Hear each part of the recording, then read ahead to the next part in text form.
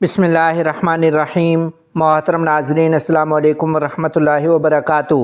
بنگلہ دیش اور پاکستان ریونڈ تبلیغی مرکز سے دو افسوسناک خبریں۔ تفصیلات کے مطابق بنگلہ دیش کے علاقے سلہٹ میں 68 برس تک بخاری شریف کا درس دینے والے عظیم محدث علامہ مقدس علی رحمۃ اللہ علیہ اب سے کچھ دیر پہلے اس دار فانی سے دار بقا کی طرف انتقال فرما گئے ہیں۔ انا للہ و انا الیہ راجعون۔ ان للہ ما اخذ ولہ ما اعطی وکل شیء عندہ باجل مسمی۔ حضرت شیخ الحدیث علامہ مقدس علی رحمۃ اللہ علیہ بنگلہ دیش کے سرحدی علاقے سلہٹ میں وہاں کے لوگوں کو بخاری شریف کا درس دیا کرتے تھے۔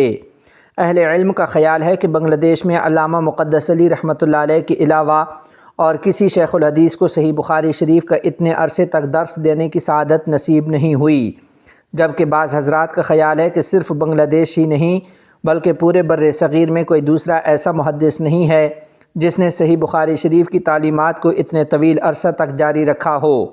ان تمام خوبیوں کے ساتھ آپ کو یہ اعزاز حاصل تھا کہ علامہ مقدس علی رحمۃ اللہ علیہ دارالعلوم دیوبند کے مایہ ناز محدث، استاذ الہند، فخر المحدثین حضرت مولانا سید فخر الدین مراد آبادی رحمۃ اللہ علیہ کے قابل فخر شاگرد تھے۔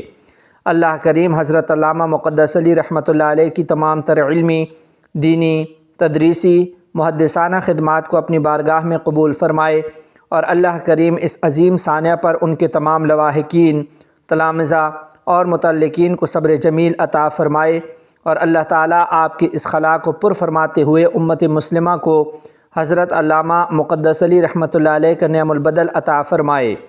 محترم ناظرین و سامعین، دوسری افسوسناک خبر یہ ہے کہ پاکستان میں ریونڈ تبلیغی مرکز شعبہ تشکیل کے ذمہ دار بھائی عالمگیر صاحب کا بھی انتقال ہو گیا ہے۔